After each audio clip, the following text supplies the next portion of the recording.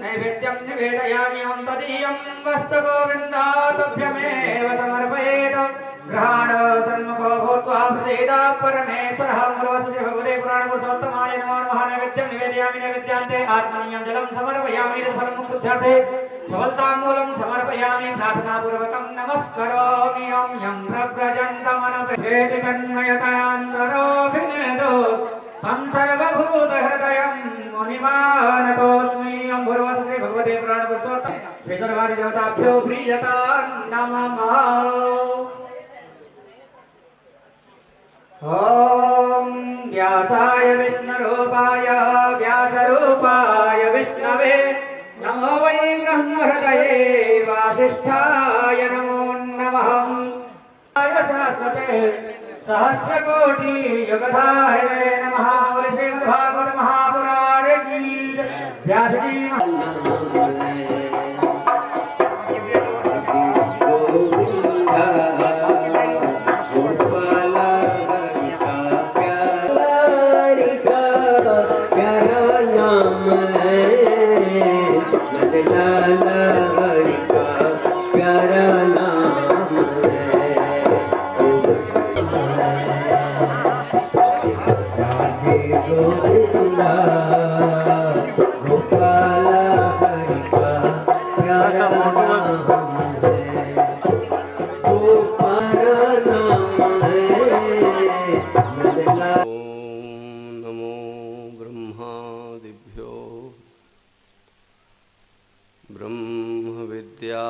संप्रदाय कर्तृभ्यो वंश ऋषिभ्यो महद्भ्यो नमो गुरुभ्यः। सर्वोपप्लवरहितः प्रज्ञानघनः प्रत्यगर्थो ब्रह्मैवाहमस्मि ब्रह्मैवाहमस्मि। शंकरं शंकराचार्यं केशवं वादरायणं सूत्रभाष्यकृतौ वन्दे भगवन्तौ पुनः पुनः। प्रशान्तभावं शिवमद्वितीयं प्रदायकं मुक्तिमखण्डबोधं प्रणाशकं मोहमदादिदोषान् प्रणमामि तं सद्गुरुं वामदेवं। कुन्द इन्दुदरगौरसुन्दरम् अम्बिकापतिमभीष्टसिद्धिदं कारुणिककलकञ्जलोचनं नौमि शङ्करमनङ्गमोचनं। कृष्णाय वासुदेवाय देवकीनन्दनाय च नन्दगोपकुमाराय गोविन्दाय नमो नमः। दक्षिणे लक्ष्मणो यस्य वामे च जनकात्मजा पुरतो मारुतिर्यस्य तं वन्दे रघुनन्दनं। यत्र यत्र रघुनाथकीर्तनं तत्र तत्र कृतमस्तकाञ्जलिं वास्वारि परिपूर्णलोचनं मारुतिं नमत राक्षसान्तकम्। यः स्वानुभावमखिलस्तुतिसारमेक मध्यात्मदीपमतितितीर्षतां तमोन्धं संसारिणां करुणयाः पुराणगुह्यं तं व्याससूनुमुपयामि गुरुं नीनाम्। भूतैर्महद्भिर्ययमा पुरो विभुर्निर्मायशेते यदमूषु पूरुषः भुङ्क्ते गुणान् षोडश षोडशात्मकः सोऽलङ्कृशिष्ट भगवान् वचांसि मे सोऽलङ्कृशिष्ट भगवान् वचांसि मे ॐ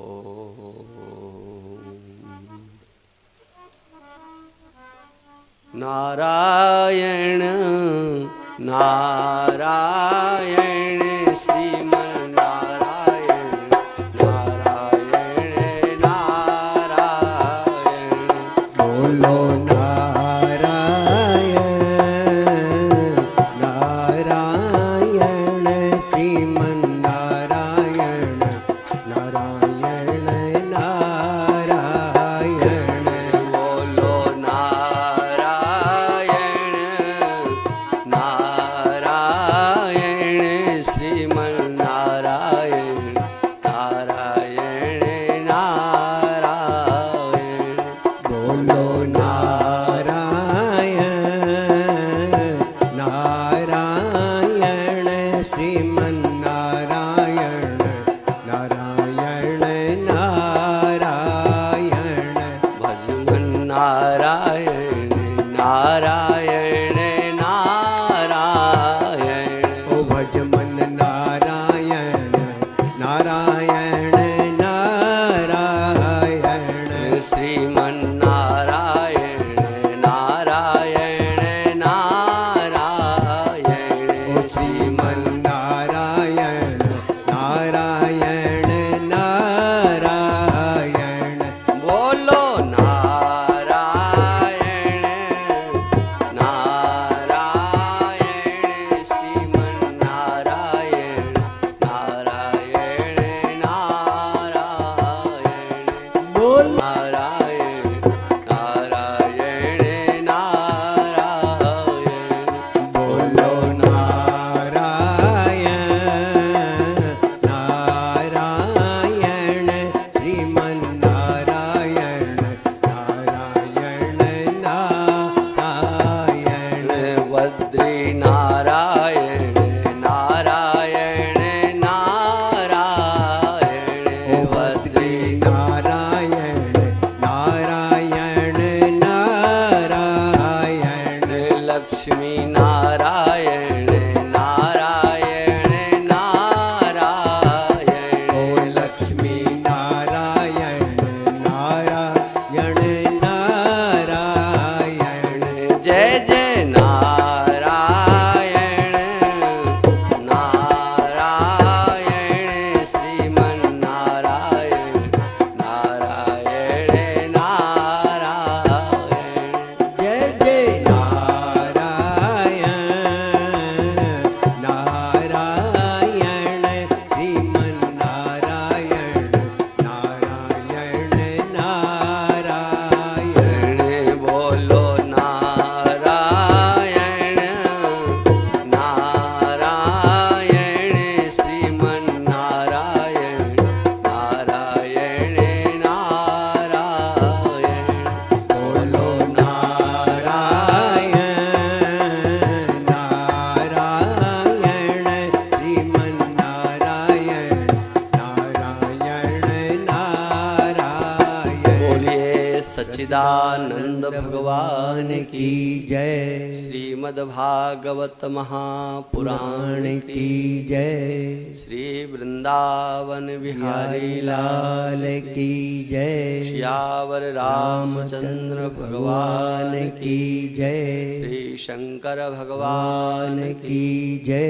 श्री हनुमंत लाल की जय श्री सुखदेव भगवान भगवान की जय श्री व्यास भगवान भगवान की जय श्री सद्गुरुदेव भगवान भगवान की जय सत्य सनातन धर्म की जय नमः पार्वती पते हर हर महादेव। ज्ञान यज्ञ श्रीमद् भागवत सप्ताह ज्ञान यज्ञ जिसका आज ये सप्तम दिवस है। प्रथम सत्र में हम लोग बैठ करके आत्म कल्याणार्थ भगवान की लीलाओं का चिंतन करेंगे। सायंकाल के कल के सत्र में भगवान द्वारकानाथ द्वारका में विराज करके रुक्मिणी के संदेश को प्राप्त करके भगवान उनको वरण करने के लिए उद्यत होते हैं।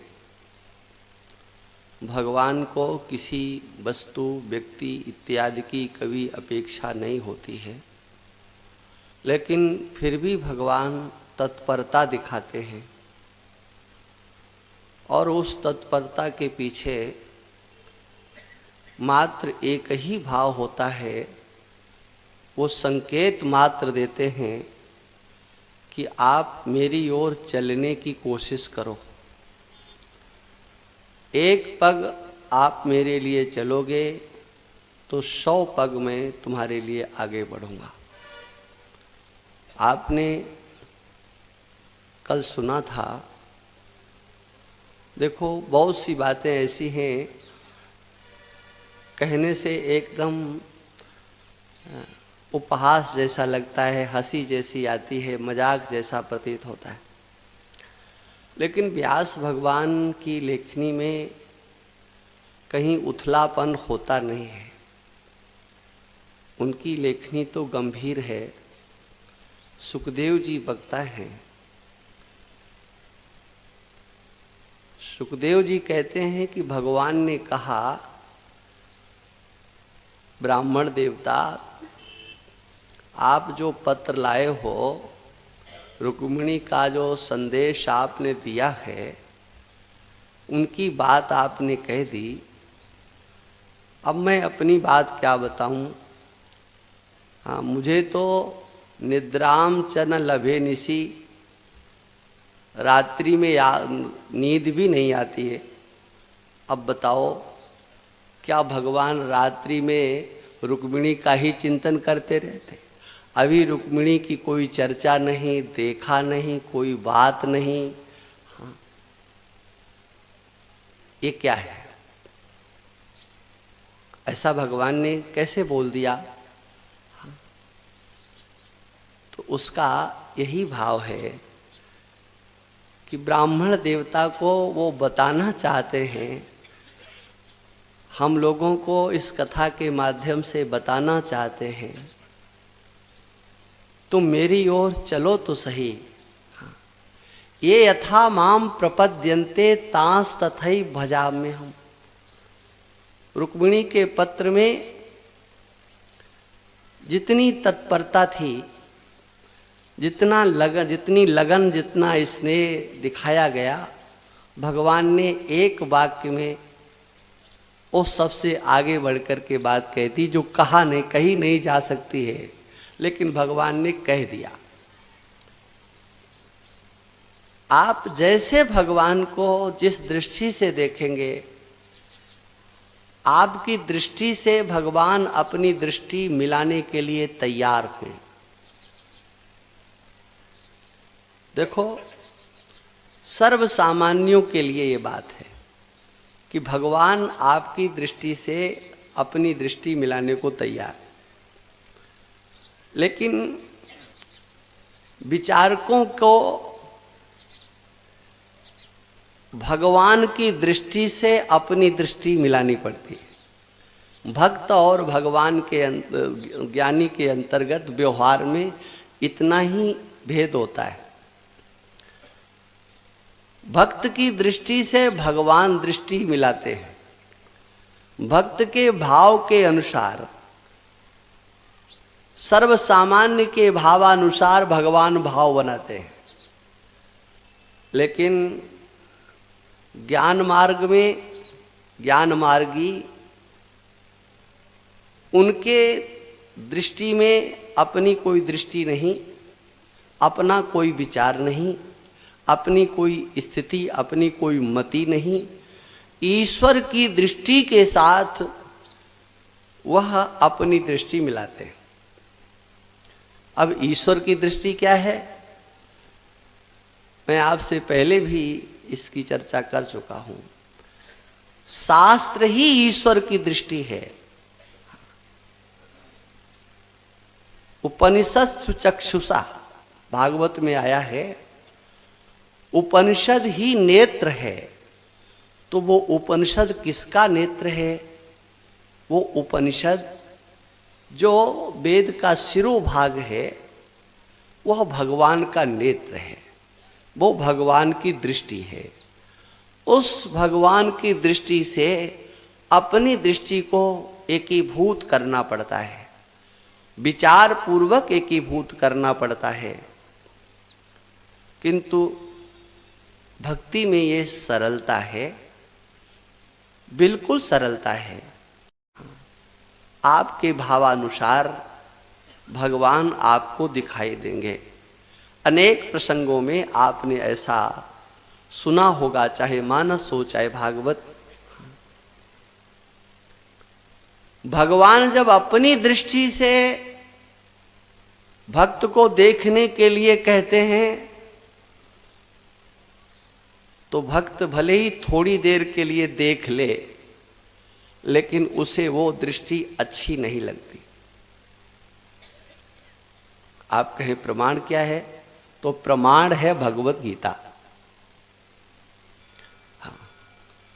अर्जुन ने भगवान से कहा 11वें अध्याय में,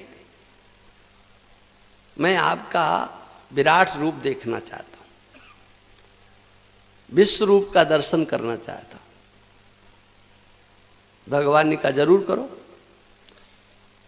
लेकिन अर्जुन तुम अपनी दृष्टि से नहीं देखोगे।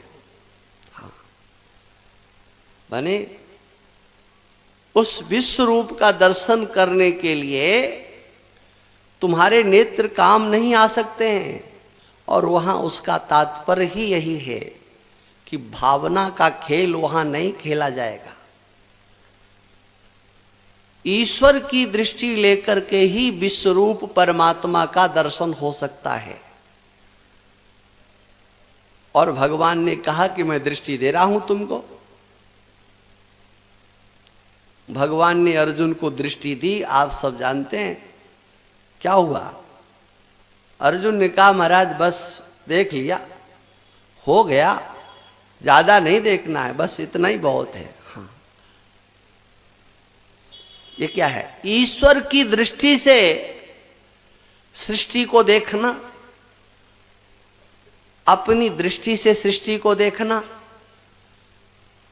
दोनों में बड़ा भारी अंतर है। हाँ, ईश्वर की दृष्टि से जब अर्जुन ने देखा तो वो सब मरे हुए हैं। है? ईश्वर की दृष्टि से सब मरे हुए हैं और अर्जुन की दृष्टि से सब जिंदा है। अंतर हुआ कि नहीं? यही अंतर है, इसी दृष्टि का अंतर है। जब विचार रूपी नेत्र खुलते हैं, उघरई विमल विलोचन ही के, तो उस समय ईश्वर की दृष्टि से दृष्टि मिल जाती है। और जब ईश्वर की दृष्टि से दृष्टि मिलती है तो जैसा ये संसार है वैसा दिखता है। देखो भगवान शंकर की दृष्टि इस संसार के प्रति क्या है? उमा कहूं मैं अनुभवो अपना, सत हरि भजन जगत सब सपना। ये किसकी दृष्टि है? ये आपकी नहीं है। हाँ। और यही लोग कह देते हैं क्या उनका विचार है, ठीक है, हो सकता है, लेकिन अपना तो ऐसा नहीं है ना। ईश्वर की दृष्टि से ये संसार जब देखा जाएगा तो अलग प्रकार का दिखेगा। अपनी दृष्टि से आप देखोगे तो अलग प्रकार का। ईश्वर की दृष्टि से सारा संसार स्वप्नवत है, मिथ्या है, असत है, भ्रम मूलक है, इसके सिवा और संसार की कोई सत्ता नहीं है। लेकिन आप जब अपने दृष्टि से देखोगे तो ये आह्लादक है, आनंददायक है, सच्चा है, परंपरा चली आ रही है। हाँ, आप अपनी दृष्टि से देखो। इसलिए भक्तों के लिए वो सुलभ मार्ग हो जाता है। क्या? भाववश्य भगवान सुख निधान करुणा भवन। भगवान भाव के वशीभूत हो जाते हैं। जाकी रही भावना जैसी प्रभु मूरत देखी तिन तैसी। माने ईश्वर कैसा, सोचो जरा, भगवान कैसे? भगवान किसी भी प्रकार के नहीं है, ही नहीं कैसे भी। तब का फिर भी भगवान है? बोले हाँ, जैसी तुम्हारी भावना है वैसे भगवान है। माने ईश्वर अपनी अस्मिता रख करके कोई व्यवहार नहीं करते। भगवान अपनी अस्मिता से कोई व्यवहार नहीं करते हैं। आपकी अस्मिता के आधार पर, आपकी सोच के आधार पर भगवान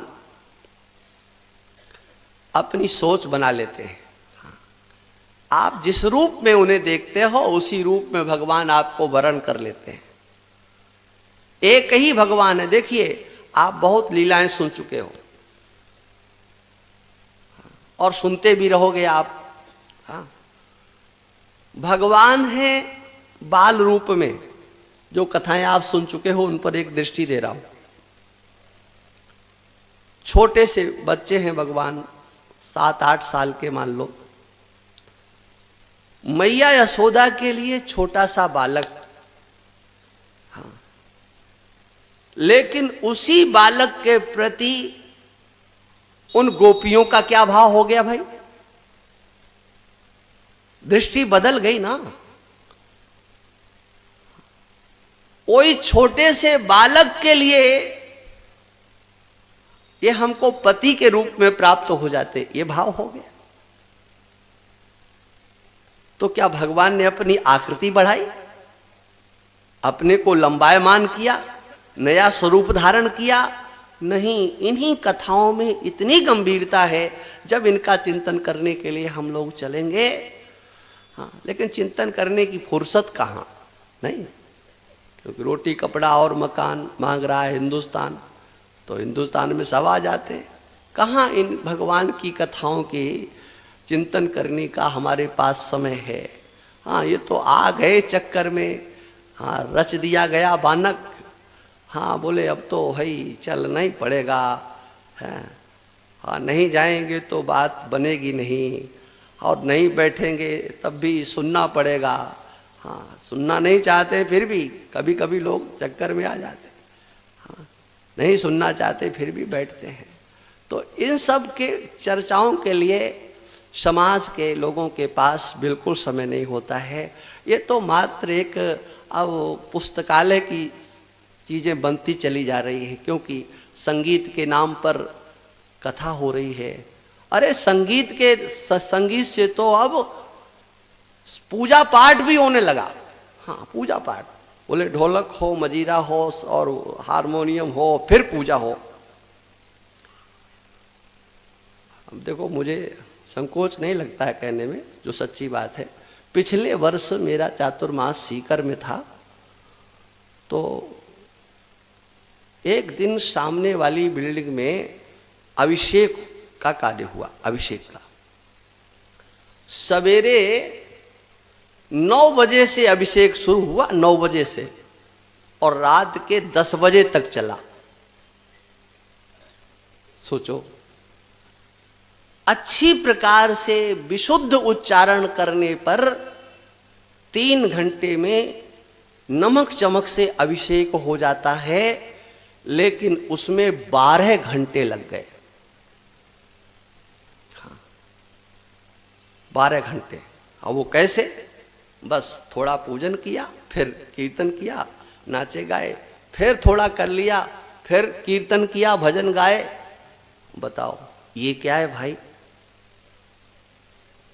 हाँ, आपकी कहीं आस्था ही नहीं है, आपका कहीं लगाव नहीं है, ना धर्म में ना ईश्वर में।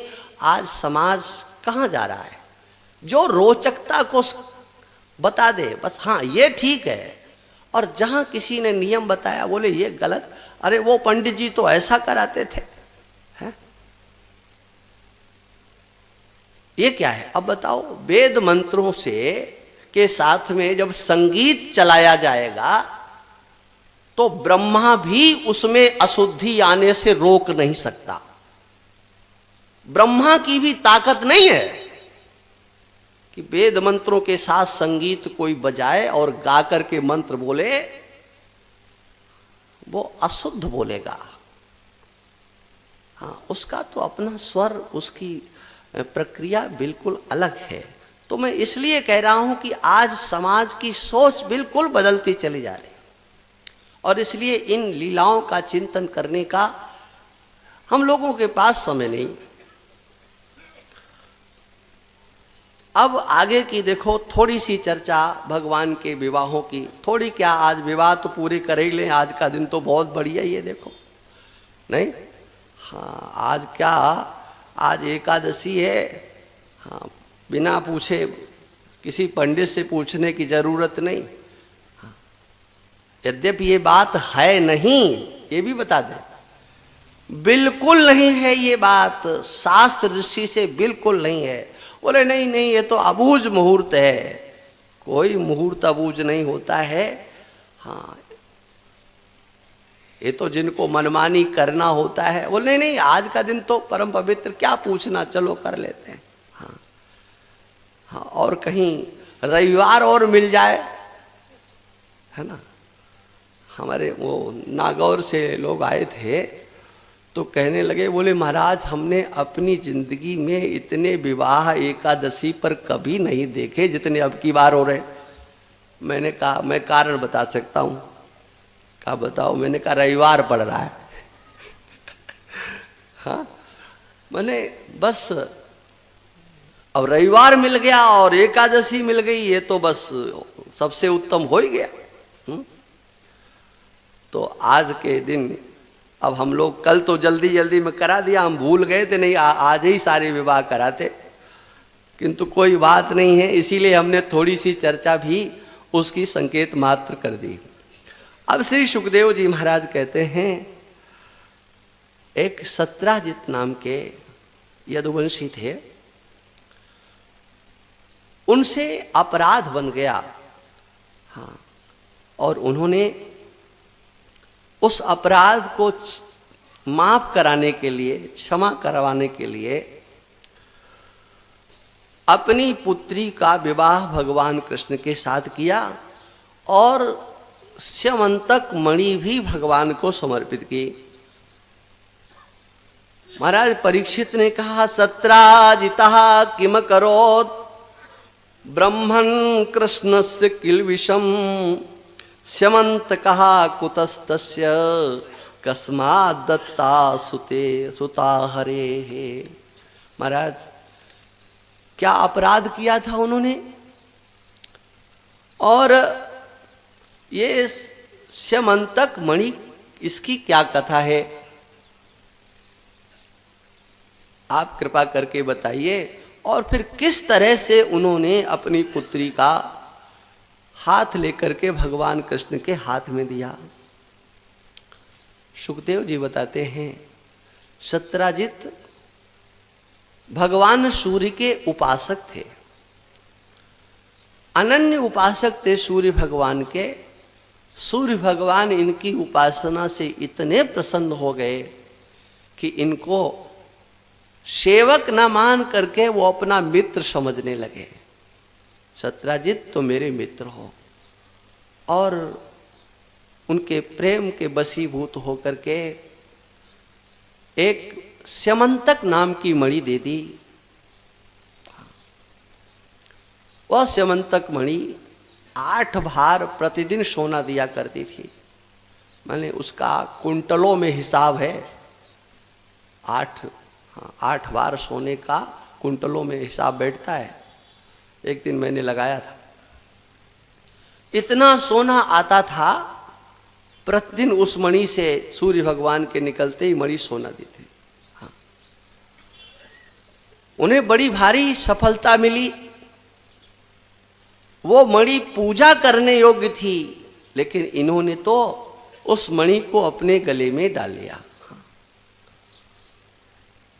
और सोचने लगे कि ऐसा कार्य आज तक इस द्वारका में किसी ने किया नहीं। इन द्वारका वासियों को मैं बताऊंगा कि मैं भी कुछ हूं। आप सब लोग कृष्ण के ही पीछे पीछे लगे रहते हो, अरे मुझे भी कुछ समझो। हाँ, हम भी कुछ हैं। अब द्वारका में प्रवेश किया, लोग उनको पहचान ही नहीं पाए कि ये सत्यजित है। उस मणि के प्रकाश में सत्यजित का स्वरूप बदल गया। जनता देखने लगी, अरे ये तो कोई देवता है, ये तो साक्षात सूर्य भगवान प्रतीत हो रहे हैं। उनके दर्शन करके सब अपनी प्रशंसा करने लगे। कुछ दौड़ते हुए भगवान के पास पहुंचे, क्योंकि उसने देखा कि ये सब लोग हमें क्या समझेंगे, चलो अब सीधे द्वारकानाथ को हम बताते हैं, देखो जरा हम भी कुछ हैं। उस समय भगवान श्री कृष्ण अपने मित्रों के साथ बैठे हुए कुछ खेल खेल रहे थे। जनता पहुंच गई और कहा, भगवान देखिए, नारायण नमस्तेस्तु शंख चक्र गदाधर दामोदरारविंदाक्ष गोविंद यदुनंदन एस आयाति। लेकिन किसी ने इनको बता दिया है, आप द्वारका में छिपे हुए हैं, इनको आपका पता चल गया है। भगवान ये आपका दर्शन करने के लिए आ रहे हैं। भगवान कृष्ण ने देखा तो भगवान कृष्ण ने उन सब से कहा, अरे क्या कह रहे हो, ये कोई सूर्य है क्या, ये तो सत्यजित है। भगवान ने उसको कोई महत्व नहीं दिया, क्योंकि वो तो अपना दिखाने के लिए आया था ना। लोगों को जब सफलता किसी व्यवहार से प्राप्त हो जाती है, अथवा साधना से साधकों को किंचित मात्र कोई चमत्कार प्राप्त हो जाता है, तो वो उसे पचा नहीं पाते हैं, उसका वो प्रदर्शन करते हैं, लोगों को बताने की चेष्टा करते हैं। और अगर लोग उसको महत्व नहीं दे तो फिर बड़ा अच्छा नहीं लगता है। पंजाब में एक मैंने कथा सुनी थी कि एक सज्जन महात्मा थे, वो समाधि लगाते थे। तो समाधि में बैठना तो अच्छा है, लेकिन लोगों से कह देते थे क्या कि अमुक दिन हमारी समाधि टूटेगी। बहुत बड़ी भीड़ लग जाती थी। हाँ, हजारों लोग उनके समाधि से उठ करके दर्शन करने के लिए एकत्रित हो जाते थे। जगह जगह पर उनके ये कार्यक्रम चलने लगे। एक बार उन्होंने एक गांव के बाहर जंगल में समाधि लगाई। अब उनकी समाधि के टूटने के एक दिन पहले, खुलने के एक दिन पहले, वहां नानक देव जी महाराज पहुंच गए, गुरु नानक देव जी महाराज। सब लोग कहने लगे, महाराज कल समाधि खुलने वाली है, कल समाधि खुलने वाली है। हाँ, नानक देव जी ने कहा कि खुलने दो समाधि। उनका बड़ा प्रभाव था, समाधि खुलने दो, लेकिन तुम लोग कोई भी जाओगे नहीं। और देखो, आसपास गांव में भी सूचना करा दो कि कोई भी आज समाधि जब उनकी खुले तो दर्शन करने नहीं जाएगा। और उनकी समाधि तो अपनी समय से खुलनी थी। समाधि खुली तो पहले का उनको अभ्यास पड़ा था, लोग आते थे, दंडवत प्रणाम करते, पूजा करते थे। अब की देखा तो सन्नाटा था, कोई नहीं, कोई नहीं। ये देख करके उनका तुरंत हार्ट अटैक हो गया, वहीं प्राण निकल गए। हाँ, तुरंत मौत हो गई। हमारी क्रिया, हमारे व्यवहार को जो अच्छा है उसे लोग देखें, हमारी प्रशंसा करें। हाँ, ऐसी भावना साधकों के चित्त में भी आ जाया करती है। और जब उसका आदर नहीं किया जाता है तो लगता है कि अरे ये लोग इसकी कोई कीमत नहीं समझते। भगवान ने कहा ये सूर्य नहीं है, ये तो सत्राजित है। भगवान ने उसकी ओर देखा ही नहीं। अब ये घूम घाम करके चला और इसने भगवान को प्रणाम भी नहीं किया एक बार, क्योंकि ये तो अपने को बहुत बड़ा समझता था। सूर्य भगवान ने मुझे अपना मित्र बना लिया है और उन्होंने मेरे को अपनी ये मणि दे दी है, तो मैं भी तो अब कुछ हो गया कि नहीं। ऐसा उसके अंदर अभिमान आया और वो चक्कर लगा करके अपने घर चला गया। ब्राह्मणों को बुला करके उस मणि की स्थापना कर दी मंदिर में। हाँ, देव सदने मणिम वृप्पै निवेशयत्, ब्राह्मणों के द्वारा वो मणि की स्थापना हो गई। एक बार सत्राजित को भगवान ने सभा के बीच में बुलाया और महाराज उग्रसेन के सामने सत्राजित से कहा, देखो हमने सुना है आपको मणि प्राप्त हुई है और वो बहुत सोना दे रही है, बताओ तुम इतने सोने का करोगे क्या, क्या उपयोग होगा। देखो ये हमारे सबके महाराज हैं, इन उग्रसेन महाराज को ये मणि समर्पित कर दो, इससे पूरी द्वारका का भरण पोषण होगा, द्वारका के बाहर के लोगों को भी उससे संतुष्ट किया जा सकता है। तुम अपने पास रख करके क्या करोगे, ये खजाने का एक रत्न बन जाए, महाराज का खजाना हो जाए, ये मणि महाराज को समर्पित कर दो, हम आपसे इस मणि की याचना कर रहे हैं, ऐसा भगवान ने बोला। सुखदेव जी कहते हैं भगवान के मांगने पर भी सयाचितो मणिम क्वापि यदुराजाय सौरिणा नैवार्थ काम कहा प्रादात याच्या भंगम तर्कयन। भगवान की अवहेलना कर दी, मांगने पर भी दिया नहीं और तर्क वितर्क करने लगा। भगवान सूर्य ने मेरे को दिए, मैं इनको कैसे दे दूं, उनकी चीज मेरे को देने का अधिकार क्या है। अनेक प्रकार के तर्क वितर्क उसके कुतर्क आने लगे और उसने मणि को नहीं दिया। ये सत्राजित का सबसे बड़ा अपराध था। अपराधी तो बहुत थे द्वारका में, ये भी आपको बता दें। भगवान कृष्ण के प्रेमी भी थे, ऐसा नहीं मैं कह सकता हूं कि प्रेमी नहीं थे, लेकिन प्रेमियों के बीच में अपराधियों की भी लिस्ट बहुत बड़ी थी, जो भगवान कृष्ण को भगवान नहीं समझते थे, बल्कि भगवान के ऐश्वर्य से उन्हें ईर्ष्या होती थी। हाँ, इतना ही मानते थे कि हाँ ये कुछ ज्यादा समझते हैं, इनके पास कोई रिद्धियां सिद्धियां हैं, ये चमत्कारी हैं, बकाया हैं तो अपने यदुवंशी ही। और कोई कोई तो ऐसे थे जो भगवान कृष्ण से ईर्ष्या करते हुए उनको क्षति पहुंचाने का भी प्रयास करते थे, उनकी उन्नति में बाधक बनने की चेष्टा करते थे। एक बार प्रसेन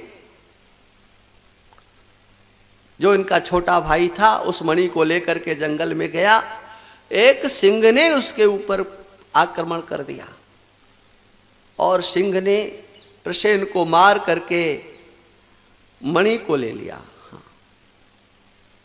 अब जब प्रसेन लौट करके घर में नहीं आया तो सत्राजित को चिंता हुई। हाँ, मणि लेकर के गया था, लगता है कुछ हो चुका है, हो गया है। क्या हो सकता है? इस मणि पर दृष्टि भगवान कृष्ण की थी। उन्होंने ही कुछ ऐसा किया है कि हमारे भाई को मार दिया और मणि ले ली। अब उसने एक से कहा, एक ने दूसरे से कहा, दूसरे ने तीसरे से कहा, तीसरे ने चौथे से कहा। करने करने जपत जनाः। सुखदेव भगवान कह रहे हैं कि जोर से तो कोई नहीं बोलता है, धीरे से एक दूसरे के कान में कहते हैं, देखो हम तुमसे कह रहे हैं, हाँ आप किसी से कहना नहीं, ऐसा सुनने में आ रहा है कि ऐसा हो गया। अरे का सब कुछ संभव है, हो सकता है, मांगा था नहीं दिया, लेकिन किसी ने उसका प्रतिवाद नहीं किया। आपको बताएं, ये घटना ही भगवान कृष्ण के ऊपर द्वारकावासियों की उंगली उठ रही है, ये सिद्ध कर दिया।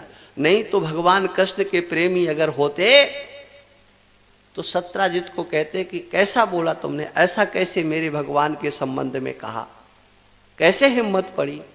किसी ने भी विरोध नहीं किया और पूरे द्वारका में यह चर्चा फैल गई। उद्धव जी के पास ये समाचार जब पहुंचा तो उद्धव जी तुरंत भगवान कृष्ण के पास पहुंचे। भगवान, आपने वह सब कुछ किया नहीं है जैसा कि चर्चा का विषय बन चुका है, आपको अपयश प्राप्त हो गया है। प्रसेन को आपने मारा नहीं है, लेकिन द्वारका में ऐसी चर्चा है कि आपने प्रसेन को मारा है। मणि आपके पास नहीं है, लेकिन ऐसी चर्चा है कि आपने मणि ले लिए हैं। भगवान, ये कलंक आपको लगा है। भगवान ने कहा तो क्या करें, हमने तो कुछ नहीं किया। कहा इसका मार्जन होना चाहिए, मार्जन। देखिए, अगर कोई आपके ऊपर आक्षेप करता है, उंगली उठाता है, आप सच्चे हैं, बिल्कुल शत प्रतिशत सच्चे हैं, तो ये कहकर के उन उंगली उठाने वालों की उपेक्षा मत करो कि कर नहीं तो डर नहीं। प्रायः करके लोग ऐसा ही बोल देते हैं, कर नहीं तो डर नहीं। बताओ, इस बात को क्या भगवान बोल सकते थे कि नहीं? बोल सकते थे, लेकिन भगवान अपनी इस लीला के द्वारा, हाँ, इस जनोक्ति का खंडन करके और ये बताना चाहते हैं, तुम्हारे पास सामर्थ्य है, बुद्धि है, व्यवहार करना जानते हो, तो अपने व्यवहार से सिद्ध करो तुम्हारा चिंतन, तुम्हारी सोच, तुम्हारी धारणा गलत है। और भगवान ने तुरंत कुछ सेनापतियों को साथ में लिया, कुछ बड़े बूढ़े नागरिकों को साथ में लिया, अकेले नहीं, सबको लेकर के भगवान मणि का पता लगाने के लिए निकल पड़े। जंगल में पहुंचे, वहां देखा प्रसेन मरा पड़ा है। मणि उसी के पास जिसने मारा। किसने मारा? का ये तो सिंह लग रहा है। आगे उस सिंह के चिन्हों को देखते देखते चले तो सिंह भी मरा पड़ा है। सिंह भी मरा पड़ा। सिंह को किसने मारा, उसका पता लगाने के लिए चले तो सिंह को मारने वाला तो एक गुफा में घुस गया।